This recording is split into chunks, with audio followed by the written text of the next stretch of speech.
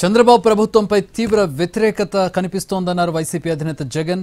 విద్య, వైద్యం, వ్యవసాయం, law and order అన్నింటా తిరోగమనమే అని విమర్శించారు ఆయన. ఆరోగ్యశ్రీని నాశనం చేశారని, ఏ పంటకు గిట్టుబాటు ధర రావడం లేదన్నారు జగన్. 15 నెలల్లో 2 లక్షల కోట్ల అప్పు చేశారని మండిపడ్డారు. అటర్ ఫ్లాప్ అయిన సూపర్ 6 పథకాలపై బలవంతపు విజయోత్సవాలు చేస్తున్నారని ఎద్దేవా చేశారు. బుద్ధున్నవాడెవడైనా ప్రభుత్వ మెడికల్ కాలేజీలు అమ్ముతాడా అని ప్రశ్నించారు జగన్. ఈరోజు దాదాపుగా 16-17 నెలలు అయిపోయిన నేపథ్యంలో ఈరోజు ఈ సమావేశం నిర్వహిస్తూ ఉన్నాం. ఫాస్ట్గా ఈ ప్రభుత్వం మీద ఇప్పటికే ప్రజల్లో తీవ్రమైన వ్యతిరేకత అన్నది ఇప్పటికే కనిపిస్తూ ఉంది.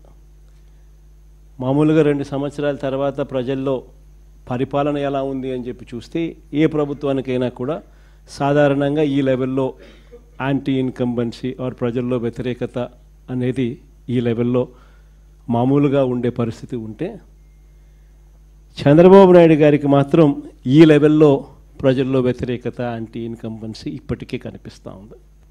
ఈ పెద్ద మనిషి ఎన్నికలప్పుడు ఏమి చెప్పొచ్చాడు, ఎన్నికలు అయిన తర్వాత ఈ పెద్ద మనిషి ఏం చేస్తూ ఉన్నాడు అన్నది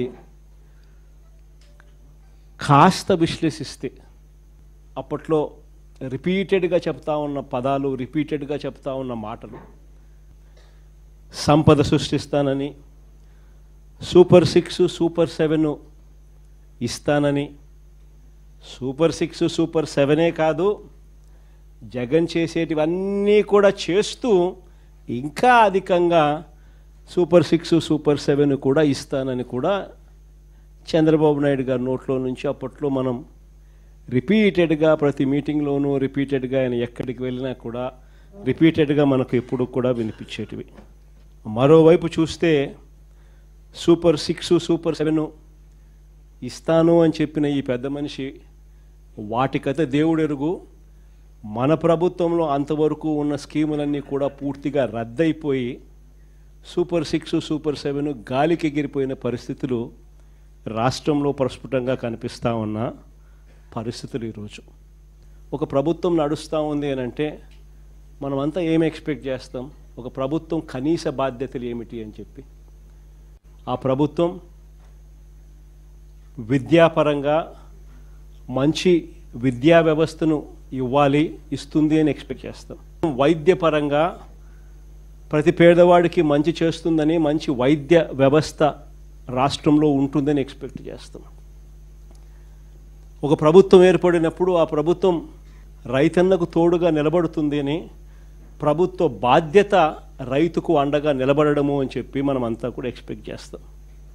ఒక ప్రభుత్వం ఏర్పడితే లా అండ్ ఆర్డర్ బ్రహ్మాండంగా పనిచేయాలని, ఆ లా అండ్ ఆర్డర్లో ఎలాంటి వివక్ష లేకుండా ఆ లా అండ్ ఆర్డర్ ఉంటుందని, అలాంటి మంచి లా అండ్ ఆర్డర్ ప్రభుత్వంలో చూస్తామని ఎవరైనా కూడా ఎక్స్పెక్ట్ చేస్తారు. కానీ ఈరోజు చూస్తే విద్య, వైద్యం, వ్యవసాయం, లా అండ్ ఆర్డర్ ఏది తీసుకున్నా కూడా ఈరోజు తిరోగమనమే కనిపిస్తూ ఉంది.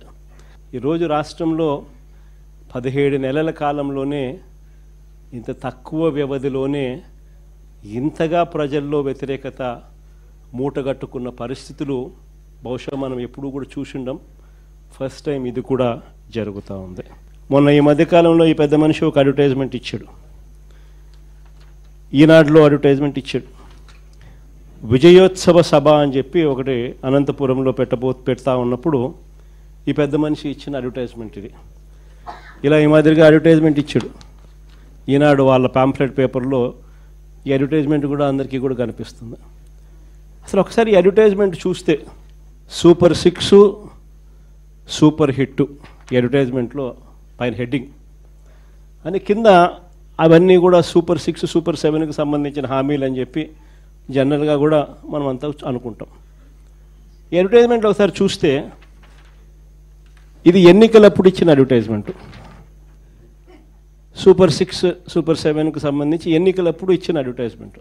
ఈ ఎన్నికలప్పుడు ఇచ్చిన ఈ అడ్వర్టైజ్మెంట్ను నిన్న విజయోత్సవ సభలో ఇచ్చిన ఈ అడ్వర్టైజ్మెంటు ఒకసారి తేడా చూస్తే సూపర్ 6, సూపర్ 7 మారిపోయినాయి. సూపర్ 6 సూపర్ 7 అంశాలు మారిపోయినాయి. ఎన్నికలప్పుడు యువతకు 3,000 రూపాయల నిరుద్యోగ భృతి అని చెప్పినాడు. ఈరోజు కనపడ్డంలా సూపర్ సిక్స్ ఈ పొద్దు ఇచ్చిన అడ్వర్టైజ్మెంట్లో. ఎన్నికలప్పుడు ప్రతి మహిళకు ఆడబిడ్డ నిధి 15,000 అన్నాడు, 1,500 సంవత్సరానికి 18,000 అన్నాడు. ఎన్నికలప్పుడు ఆడబిడ్డ నిధి నెలకు 1,500 సంవత్సరానికి 18,000 అన్నాడు. ఈరోజు ఇచ్చిన అడ్వర్టైజ్మెంట్లో అసలు కనపడ్డంలా. ఆడబిడ్డ నిధి అనే సూపర్ 6 పథకం అసలు అడ్వర్టైజ్మెంట్లో లేదు. కింద చూస్తే బీసీ, ఎస్సీ, ఎస్టీ, ముస్లిం మైనారిటీలకు 50 ఏళ్ళకే పెన్షన్ కింద. ఈరోజు ఎస్సీ, ఎస్టీ, బీసీ మహిళలకు 50 ఏళ్ళకే పెన్షన్ అనేది అది కూడా అడ్వర్టైజ్మెంట్ లేదు. అంటే ఏకంగా ఏ స్థాయిలో వీళ్ళు మోసాలు ఉన్నాయి అని చెప్పడానికి ఇదొక నిదర్శనం. అధికారంలోకి రాకమునుపు సూపర్ 6, సూపర్ 7 అంటే ఒకటని, అధికారంలోకి వచ్చిన తర్వాత 16 నెలల తర్వాత అసలు ఏమీ చేయకపోయినా కూడా సూపర్ 6, సూపర్ 7 చేసేసాము అని చెప్పి సూపర్ 6, సూపర్ 7లో ఉన్న అంశాలను మార్చేసి ఏకంగా దానికి విజయోత్సవాల పేరుతో బలవంతపు విజయోత్సవాలు కూడా చేసేసినాము అని చెప్పి కూడా చెప్పే గోబల్స్ ప్రచారం నిజంగా ఏ స్థాయిలో వీళ్ళది ఉంది అని చెప్పడానికి ఇది ఒక నిదర్శనం. బహుశా ఈ స్థాయిలో మోసం చేసే వాళ్ళు ప్రపంచ చరిత్రలో బహుశా చాలా తక్కువ మంది ఉంటారేమో. ఒక్కడే కరెక్టే. ఇలాంటి వాడు ప్రపంచ చరిత్రలో దేశంలో ఎవడు ఉండడు. ఈయన ఇచ్చిన సూపర్ 6, సూపర్ 7 ఈ నిరుద్యోగ భృతికి ప్రతి పిల్లాడికి నెలకు 3,000 రూపాయలు, సంవత్సరానికి 36,000 రూపాయలు. ఈ మాదిరిగా బాండ్లు ఇచ్చినారు, ప్రతి ఇంటికి బాండ్లు పంపించినారు. జూన్ 2024 నుంచి ఈ మొత్తం మీ అకౌంట్లో జమ చేయబడుతుంది అని చెప్పి చెప్తారు. ఇంకో బాండ్లు చూస్తే ఇది రాసిచ్చేస్తారు. ఈ మాదిరిగా పవన్ కళ్యాణ్, చంద్రబాబు నాయుడు ఇద్దరు ఫోటోలు పెట్టి ప్రతి ఇంటికి కూడా ఇది పంపించినారు. దీంట్లో ఇద్దరు ఉన్న చోట ఇద్దరు కలిసి ప్రమాణం చేస్తారన్నట్టుగా పెట్టడం. ఈ మోసాలు ఏ స్థాయిలో ఉన్నాయి అంటే సూపర్ 6లో, సూపర్ 7లో చెప్పినవి ఏవి కూడా అమలు కాకపోగా, కొన్నింటిలో ఏదైతే కొద్దో గొప్ప అమలు చేశారో అవి కూడా అందరికీ ఇవ్వకుండా కొందరికి మాత్రమే ఇచ్చే పరిస్థితిలో మరికొన్ని. ఈ పెద్ద మనిషి హయాంలో అన్ని రకాలుగా వ్యవస్థలన్నీ కూడా నీరు గారిపోయిన పరిస్థితులు కనిపిస్తూ ఉన్నాయి. రైతులు ఈరోజు ఉన్న పరిస్థితి ఎంతటి దారుణంగా ఉన్నారు. రైతుల పరిస్థితి అంటే ఏ పంటకు రైతన్నలకు గిట్టుబాటు ధర రాని పరిస్థితి. యూరియా కోసం రైతులు ఏకంగా క్యూ లైన్లో నిలబడుతూ ఉన్న పరిస్థితి, అయినా యూరియా దొరకని పరిస్థితి. ఏ రైతన్నకు ఏ పంటకు గిట్టుబాటు ధర రాని పరిస్థితి. రైతన్నలకు ఉచిత పంటల బీమా పథకం గాలికి ఎగిరిపోయింది. కనీసం ఇన్సూరెన్స్ లాస్ట్ ఇయర్కి సంబంధించిన ఇన్సూరెన్స్ డబ్బులు కూడా ఈ పెద్ద మనిషి ఇన్సూరెన్స్ డబ్బులు కట్టకపోవడంతో రాని పరిస్థితి. నేను అడుగుతా ఉన్నా, ఒక్కసారి మనం ఉన్నప్పుడు ఏ రోజన్నా కానీ ఆ 5 సంవత్సరాల కాలంలో ఏ రోజైనా ఇలాంటి పరిస్థితులు ఎప్పుడైనా రైతు చూసినాడా అని? ఏ రోజన్నా ఒక్క రోజన్నా కానీ రైతు యూరియా దొరకడం లేదని చెప్పి క్యూలో నిలబడడం ఎప్పుడున్నా మన 5 సంవత్సరాల కాలంలో కనీసం ఒక్కసారన్నా జరిగింది అని అడుగుతా ఉన్నా. ఆశ్చర్యం కలిగించే విషయాలు ఇవన్నీ కూడా. ఈరోజు రైతుల పరిస్థితి ఎందుకు ఇంత అధ్వానంగా ఉందనంటే కారణం బ్లాక్ మార్కెటీర్లతో, దళారీలతో ప్రభుత్వమే చేతులు కలిపింది. దళారీలతో వీళ్ళే చేతులు కలిపి ప్రైవేట్కు కోటా పెంచేసినారు. ఆర్బీకేలు నిర్వీర్యం చేసినారు. ఈ క్రాప్ అనేది కనపడకుండా పోయింది. ఇంకా పనిలో పని పిఎస్సీలకు వచ్చేసరికి ఇంకా వీళ్ళ కార్యకర్తలు ఎత్తడం మొదలుపెట్టినారు. ఇంకా ఫినిష్. ఓ పక్క కార్యకర్తలు పిఎస్సీలకు వచ్చేసరికి వీళ్ళు ఎత్తడం మొదలుపెట్టినారు. ఆర్బీకేలు లేవు, ఈ క్రాపు లేవు, అన్నీ నిర్వీర్యం. ప్రైవేట్కు కోటా పెంచేసినారు. మార్కెట్లో యూరియా లేదు, వాళ్ళు బ్లాక్ చేశారు, రేట్లు పెంచారు. 267 రూపాయలు బస్తా, మరో 200 రూపాయలు ఎక్స్ట్రా కడితే తప్పనిచ్చి యూరియా దొరకని పరిస్థితిలోకి ఈరోజు రైతు బతుకు దిగజారిన పరిస్థితి ఈరోజు కనిపిస్తూ ఉంది. మన హయాంలో ప్రతి రైతుకు కూడా గిట్టుబాటు ధరలు ప్రతి పంటకు రావడమే కాకుండా మరీ ముఖ్యంగా ధాన్యానికి సంబంధించి ప్రతి రైతుకు గిట్టుబాటు ధర లభించడమే కాకుండా రైతుకు ఈ క్రాప్ ద్వారా ఆర్బీకేల ద్వారా ట్రాన్స్పరెంట్గా ఏ రైతుకైనా కూడా ఎంఎస్పి కన్నా రూపాయి తక్కువ ఇచ్చిన పరిస్థితి ఎక్కడలా. గన్ని బ్యాగ్స్, లేబరు, ట్రాన్స్పోర్టు పేరుతో అదనంగా దాదాపుగా 10,000 రూపాయల ఎకరాకు రైతుకు అదనంగా అందించిన పరిస్థితులు మన ప్రభుత్వంలో జరిగాయి. ఈరోజు చంద్రబాబు నాయుడు గారు వచ్చేసరికి పరిస్థితి మారింది. ధాన్యాన్ని గిట్టుబాటు ధర రాని పరిస్థితి ఎందుకు ఉంది అని అంటే చంద్రబాబు నాయుడు అంటాడు, పండించిన ధాన్యం ప్రజలు తినే పరిస్థితిలో లేరంట అని నేను ఇప్పుడు చెప్తాడు తీరి. ఈ ధాన్యం అంతా కూడా ఇథనాల్ తయారీ చేసేదానికి మాత్రమే ఉపయోగపడుతుందని ఈయన అంటున్నాడు. అంటే దాని అర్థం ఏంది, ఇంకా నెక్స్ట్ ఫ్యూచర్లో కూడా నేను ధాన్యం సేకరణలో నా పరిస్థితి ఇదే మాదిరిగానే ఉంటుంది, ధాన్యం కూడా ఏ ఒక్కరికి గిట్టుబాటు ధర రాదు, మీరు పంటలు మానేయండి అని చెప్పి చెప్తా ఉన్నాడు. పోనీ ధాన్యం పరిస్థితే చంద్రబాబు నాయుడు గురించి ఇట్లా చెప్తా ఉన్నాడేమో అని అనుకుందాం.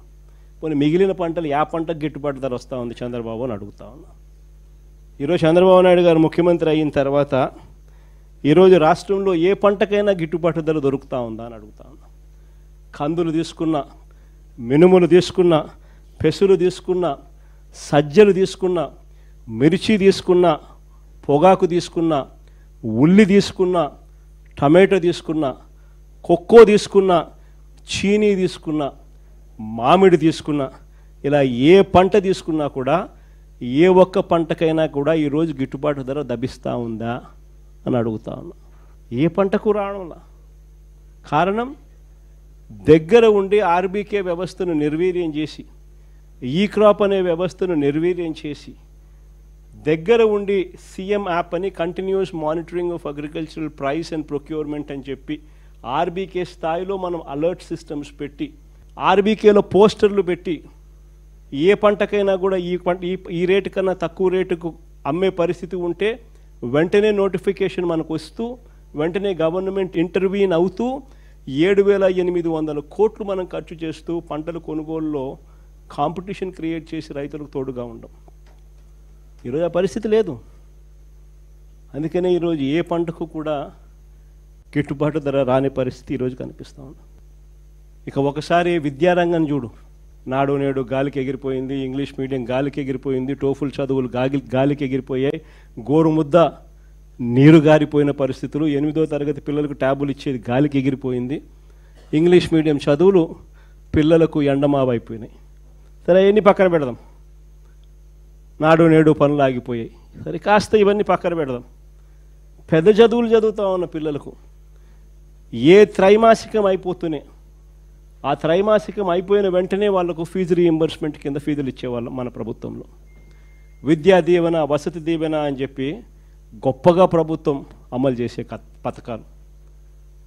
ఏ క్వార్టర్ అయిపోయిన వెంటనే ఆ క్వార్టర్. అలాంటిది మొట్టమొదటిసారిగా జనవరి, ఫిబ్రవరి, మార్చికి సంబంధించిన క్వార్టర్ 2024 మార్చి 16 ఎన్నికల కోడ్ వచ్చింది. జనవరి, ఫిబ్రవరి, మార్చికి సంబంధించిన క్వార్టర్ ఆ ఎన్నికల కోడ్ రావడంతో ఆగిపోయింది. తర్వాత చంద్రబాబు నాయుడు ప్రభుత్వం వచ్చింది, ఫినిష్. వసతి దీవెన ప్రతి ఏప్రిల్ 2024 ఎన్నికల కోడ్ వల్ల ఆగిపోయింది. మళ్ళా ఏప్రిల్ 2025 మళ్ళా రెండవ ఇన్స్టాల్మెంట్ వసతి దీవెన 1,100 కోట్లు ఏప్రిల్ 2024, 1,100 కోట్లు ఏప్రిల్ 2025, 2,200 కోట్లు. ఇచ్చిందెంత? 0. ఈరోజు పిల్లలకు చదువులు ఆగిపోతా ఉన్న పరిస్థితులు. చదువుకునేదానికి పేదవాడు ధైర్యం చేయడంలా ఈరోజు ఇంజనీరింగ్ కాలేజీలో చేరడానికి. చదువుతా ఉన్న పిల్లడికి ఈరోజు సర్టిఫికెట్లు అందడంలా. కాలేజ్ యాజమాన్యాలు ఈరోజు పిల్లలను చదివించాలి అని అంటే, తీసుకోవాలంటే భయపడతా ఉన్న పరిస్థితులు. ఇది విద్యారంగం పరిస్థితి. ఇంకా కాస్త ఒకసారి అడుగు ముందుకేసి చూస్తే ఇక వైద్య రంగం గురించి నేను చెప్పాల్సిన పనుల. ఆరోగ్యశ్రీ అన్నది 25 లక్షల దాకా ప్రతి పేదవాడు దర్జాగా ప్రైవేట్ హాస్పిటల్కి పోయి, నెట్వర్క్ హాస్పిటల్కి పోయి వైద్యం చేయించుకొని వచ్చే పరిస్థితి. 25 లక్షల దాకా ప్రతి పేదవాడికి ఉచితంగా వైద్యం అందే పరిస్థితి. 3,300 ప్రొసీజర్లకు వైద్యం అందిస్తూ ఉన్న పరిస్థితి. ఈరోజు ఆరోగ్యశ్రీకి ఈ పెద్ద మనిషి గత 16-17 నెలల నుంచి పెట్టిన బాకీ. మామూలుగా ఆరోగ్యశ్రీ నడపాలంటే నెలకు 300 కోట్లు అవుతుంది ఖర్చు. ఈ 17 నెలలు 16 నెలలు ఇంటూ 300 అంటే దాదాపుగా 4,500 కోట్లు. ఈ పెద్ద మనిషి 1000 కోట్లు కూడా ఇలా దాదాపుగా 3,500 కోట్లు బకాయిలు. ఏ పేదవాడు కూడా ఈరోజు ఆరోగ్యశ్రీ కోసం, వైద్యం కోసం ఏ పేదవాడైనా కూడా ఏ హాస్పిటల్కు పోలేని పరిస్థితి ఈరోజు కనిపిస్తూ ఉంది. ఇంకా ఆరోగ్య ఆసరా గురించి నేను చెప్పాల్సిన పనులు. ఆరోగ్యశ్రీ పరిస్థితి ఈ మాదిరిగా ఉంటే ఇంకా వైద్యం అందిన తర్వాత ఆపరేషన్ పీరియడ్లో ప్రతి పేదవాడికి నెలకు 5,000 రూపాయలు ఇచ్చి రెస్ట్ పీరియడ్లో సహాయంగా ఉండే గొప్ప కార్యక్రమం మన ప్రభుత్వ హయాంలో అమలయ్యేది. సంవత్సరానికి 450 కోట్లు ఖర్చు అయ్యే ఈ కార్యక్రమానికి ఈ 16 నెలలు 17 నెలలుగా అయిన ఖర్చు దాదాపుగా 600 కోట్లు. ఈ పెద్ద మనిషి చంద్రబాబు నాయుడు ఇచ్చింది పెద్ద బోర్డు సున్నా. ఈ పరిస్థితుల్లో ఉండగా ఈ పెద్ద మనిషి మెడికల్ కాలేజీలు అమ్ముతానంటాడు. బుద్ధి జ్ఞానం ఉన్నోడు ఎవడైనా మెడికల్ కాలేజీలు అమ్ముతాడని చెప్పి, గవర్నమెంట్ మెడికల్ కాలేజీలు అమ్మాలని చెప్పి ఆలోచన చేసే మనిషి ప్రపంచ చరిత్రలో ఎవడు ఉండడు. ఎందుకనంటే ఒక మెడికల్ కాలేజ్ అనేది ఎందుకు ఎంత అవసరమో తెలుసా? అసలు ఎప్పుడు అందరూ కూడా ఒకసారి ఆలోచన చేయండి. అసలు గవర్నమెంట్ ఎందుకు స్కూళ్ళు నడుపుతుంది? ఇక్కడే కాదు, దేశంలో, మన రాష్ట్రమే కాదు, దేశం మొత్తం. అసలు గవర్నమెంట్ ఎందుకు స్కూల్ నడుపుతుంది? గవర్నమెంట్ ఎందుకు హాస్పిటల్ నడుపుతుంది? గవర్నమెంట్ ఎందుకు ఆర్టీసీ బస్సులు నడుపుతుంది? ఎందుకో తెలుసా? గవర్నమెంట్ నడపకపోతే, గవర్నమెంట్ స్కూళ్ళు నడపకపోతే నారాయణ చైతన్య లాంటి వాళ్ళు పేదలను చదివించే పరిస్థితి ఉండదు కాబట్టి. గవర్నమెంట్ హాస్పిటల్ నడపకపోతే ప్రైవేట్ హాస్పిటల్లో పేదలను బతకనిచ్చే పరిస్థితి ఉండదు కాబట్టి. గవర్నమెంట్ ఆర్టీసీ బస్సులు నడపకపోతే అసలు గవర్నమెంట్ బస్సులలో పేదలు ఎక్కే పరిస్థితి, అసలు మామూలు బస్సుల్లో పేదలు ఎక్కే పరిస్థితి ఉండదు కాబట్టి. దేశవ్యాప్తంగా కూడా గవర్నమెంట్ ఎందుకు స్కూళ్ళు నడుపుతుంది, ఎందుకు హాస్పిటల్ నడుపుతుంది, ఎందుకు బస్సులు నడుపుతుంది అని అంటే ప్రైవేట్ ఎక్స్ప్లాయిటేషన్ జరగకుండా చెక్కు పెట్టేందుకు. ఈరోజు ఈ గవర్నమెంట్ హాస్పిటల్లో ప్రతి జిల్లాకు ఒకటి వస్తూ ఉంది. ఈ టీచింగ్ హాస్పిటల్స్ అంటే ప్రతి జిల్లాలోనూ ఒక సూపర్ స్పెషాలిటీ హాస్పిటల్, ఒక టీచింగ్ హాస్పిటల్ రూపాన ఈ మెడికల్ కాలేజీలతో పాటు అందుబాటులోకి వస్తుంది. అంటే ఈ మెడికల్ కాలేజీలో పనిచేస్తూ ఉన్న ప్రొఫెసర్లు, అసిస్టెంట్ ప్రొఫెసర్లు, పీజీ స్టూడెంట్లు, doctors, MBBS students, nursing students అందరూ అక్కడ డాక్టర్లుగా ఉంటారు. డిఫరెంట్ ఫ్యాకల్టీస్తో ఒక సూపర్ స్పెషాలిటీ టీచింగ్ హాస్పిటల్ ప్రతి పేదవాడికి జిల్లాలో అందుబాటులో ఉంటుంది. ఇది అక్కడ ఉండడం వల్ల ఆ జిల్లాలో మిగిలిన ప్రైవేట్ హాస్పిటల్ ఎవరు కూడా పేదవాడిని ఎక్స్ప్లాయిట్ చేసే పరిస్థితి ఉండదు.